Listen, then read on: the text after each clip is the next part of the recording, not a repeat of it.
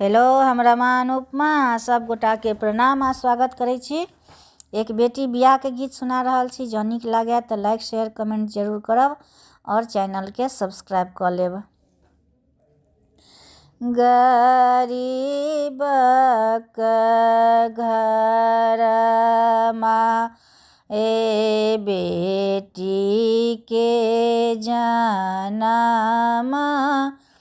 भेल पिता मना पड़ल उदास यो गरीबक घर माए बेटी के जनम भेल पिता मना पड़ल उदास यो कोन विधि हम बेटी के पोसब कोन के करब बियाह यो कोन विधि हम बेटी के पोसब कोन के करब बियाह यो मिथिला के बरसब बर रे अनमोल छथि बेटी के कतहु नहीं मोल यो मिथिला के बरसब बर रे अनमोल छथि बेटी के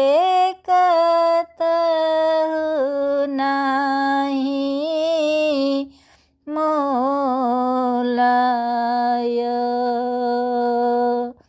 पिता के वचन सुनी आयल पड़ोसी पिता के कहलन बुझाइयो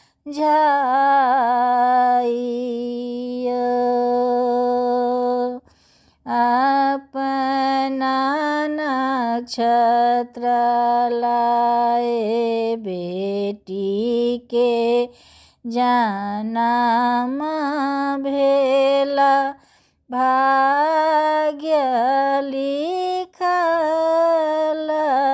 भगवान यो अपना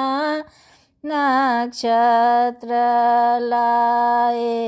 बेटी के जनम भेल भाग्य लिखल भगवान यो जखनहि बेटी बियाहन जोग हेती बर भेटत राज कुमार यो बर भेटत राजकुमार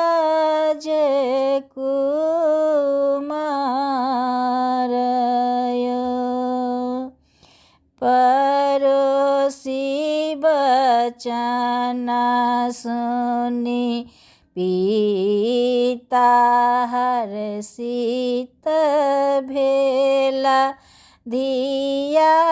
लेलनि गोद लगाइय पिता लेलनि